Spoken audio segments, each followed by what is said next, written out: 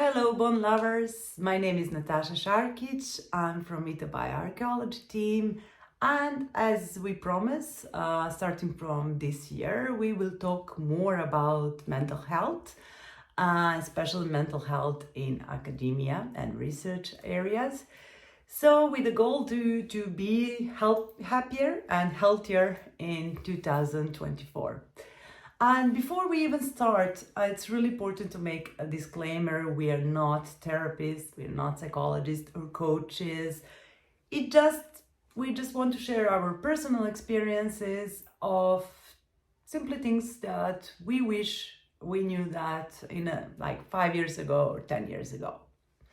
So if you follow these or similar pages, you notice that we constantly joke about, there is so many memes about how life of PhD candidate is miserable, how this is stressful.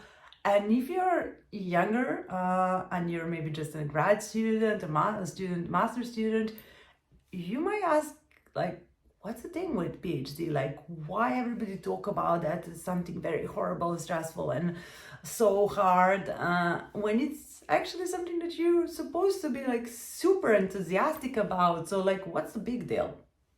Well, it's true that normally your PhD topic is something that you're really excited about.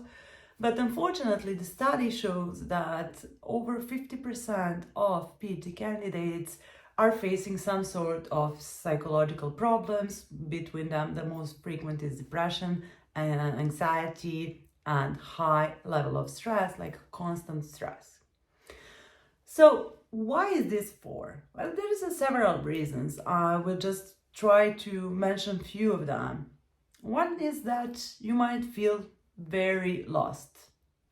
And it's completely normal because if you're doing PhD, normally you are doing something for the first time. You should discover something new and bring something new. So you are in a land that nobody ever been before. So you're walking there and you're completely lost. You don't know, like you have some clues, but you don't know what you're going to find there, how your research is going to end up. And this, of course, is creating a lot of anxiety. Second problem, it's going to be your supervisor, because we always joke out there's always two types of supervisor. One who is like completely forgetting about you, never ask you anything, never giving you any guidelines, and the other one that is like always above your head. Both things are not good. None of these things is good, because in the first case, you will feel even more lost because like you don't have a clue what you're doing and you don't have any kind of help from someone who is supposed to help you. They're good, they are there for that. And in the second case, you're going to feel constantly like you're not good enough, because this kind of supervisor normally are always asking you to get more result. And also you don't have that liberty to make your own decision because they're always above you. Then also you might feel like you're just lacking experience, and it's probably that you're just very young and maybe not prepared for that. Because in the past, PhDs were like crown of your career. You would do something for such a long time and you were working in that field 10, 20 years, and then you decide to do your thesis.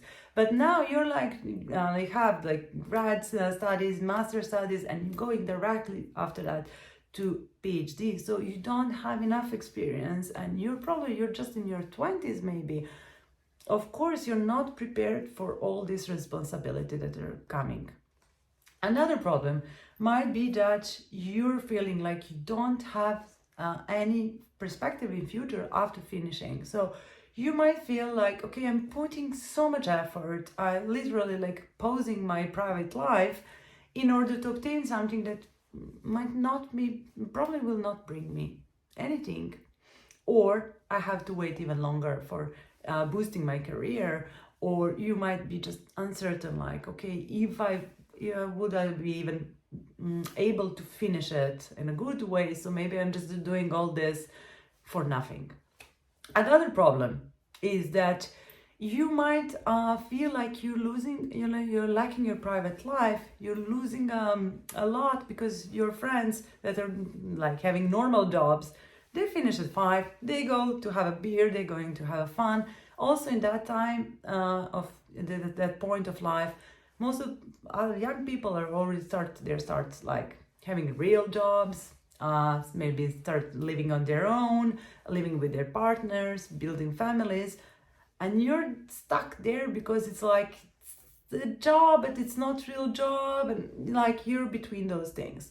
And also a problem is that you are not finishing at 5 and going home. No, you will probably work on Saturdays and Sundays.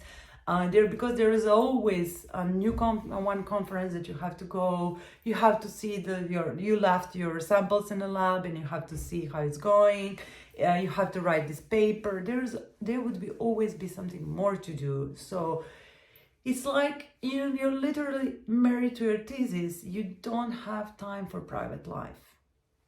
And then you also you might also have other type of problems, like like maybe your habits are changed, you're lacking sleep, you're drinking too much coffee, maybe you're not taking good care of yourself in the terms of what you eat and all that. So all of this is also affecting your your health, and also, so it's there's a lot of things that it can create this feeling of frustration.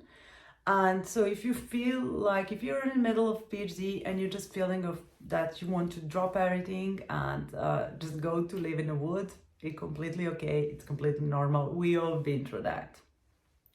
But there are also a lot of positive things about doing PhD. Like, first of all, it's something that you choose and it's something that you like, and you will discover some new things about that field, and it's something amazing. Then your work is becoming a reference for a future researcher, because it's like, okay, I got these results, and from this moment these results will be something that will be quoted for the future. You will meet a lot of amazing people, like freaks like you, that are like spending all their times, they're so much into that, and it's lovely because it's so stimulating, it's so exciting, and it's something that will really bring you a lot of joy. You will travel a lot, you will see a lot of places, you will have amazing connections with some other people.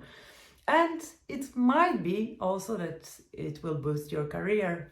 I say might because we all know how hard it is nowadays, but it's something that's necessary step for opening the door to stay in a research, to stay in university. So it is something that will bring you some joy. But what is the most important, at least from my perspective, is that you will feel really proud about yourself. There is no perfect thesis, of course. Like, if you ask anyone, they will tell you they might do this better, more of this, more of that. But the thing is that the fact that you finish it, that you go through all this, you go over all these obstacles and you made it, is something that you'll be like, really good job, and this will become reference in your life, because you will always say like, okay, if I survive this, I can survive everything. So from that next Tuesday, 16th of January, stay with us and see how to survive your PhD.